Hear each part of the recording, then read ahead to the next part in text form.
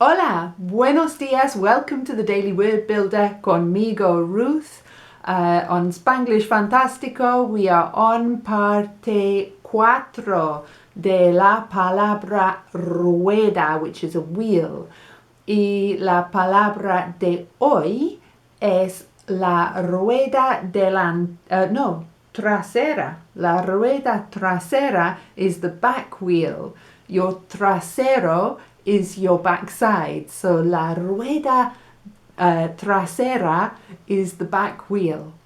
Bueno, en los coches, the cars, normalmente la potencia, the power del motor, la potencia del motor va a las ruedas delanteras. En los coches deportivos, la potencia del motor va a las ruedas traseras. And then in all-terrain vehicles, los vehículos de todo terreno, la potencia del motor va a las 4 ruedas, ¿sí? Bueno, quiero hablar de las bicicletas. Las bicicletas tienen una rueda delantera y si tienes un problema, es fácil cambiar la rueda delantera del bici. Si tienes un problema con la rueda trasera, es más complicada porque hay la cadena, the chain, y los piñones, like the sprocket wheel.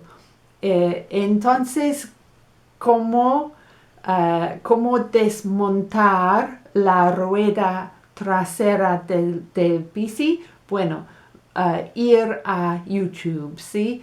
Y asemblar o comprar las herramientas, the tools, y seguir las instrucciones, ¿sí?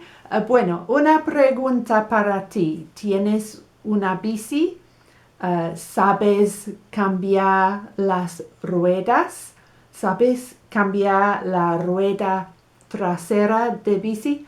Put it in the comments and I will see you here mañana para hablar un poquito más de la rueda. Hasta mañana.